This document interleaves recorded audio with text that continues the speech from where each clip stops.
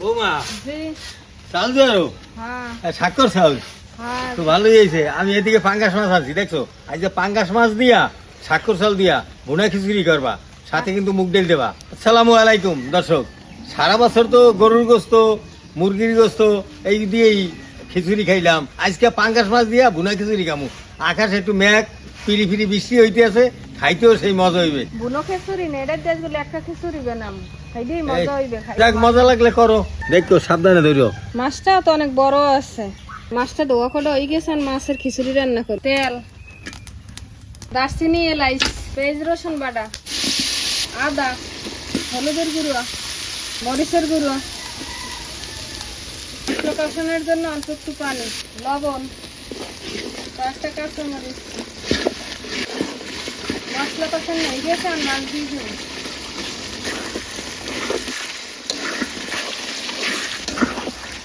মাছটা কষানো হয়ে গেছে, আম পানি দিয়ে দেন।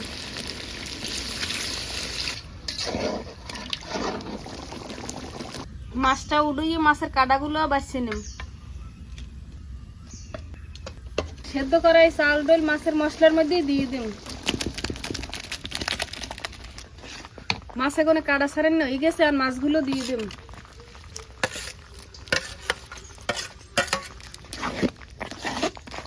গেরানের লাগে এখন দিয়ে দিব একটু গেরানালা বোম্বাই মরিচ।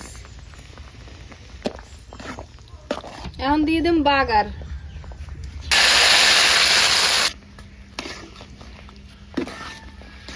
বৌমায় তো পাঙ্গাস মাছ দিয়ে খিচুড়ি লেটকা খিচুড়ি আইন দিয়ে হেলাইছে, আর ঘেরানো হইতে আছে। এখন আমি খাইতে হয়েছে, এখন খাওয়া শুরু করে দেবো। দেখেন কি সুন্দর একটা কালার হয়েছে, লেবুর রস লইলে মজা হইবে না।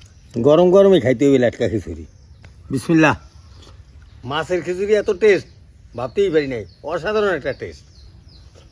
বাজার থেকে এইরকম মাছ নিয়ে খিচুড়ি রান্না করে খাইয়ে দেখেন, তাইলেই বুঝবেন যে কত মজা।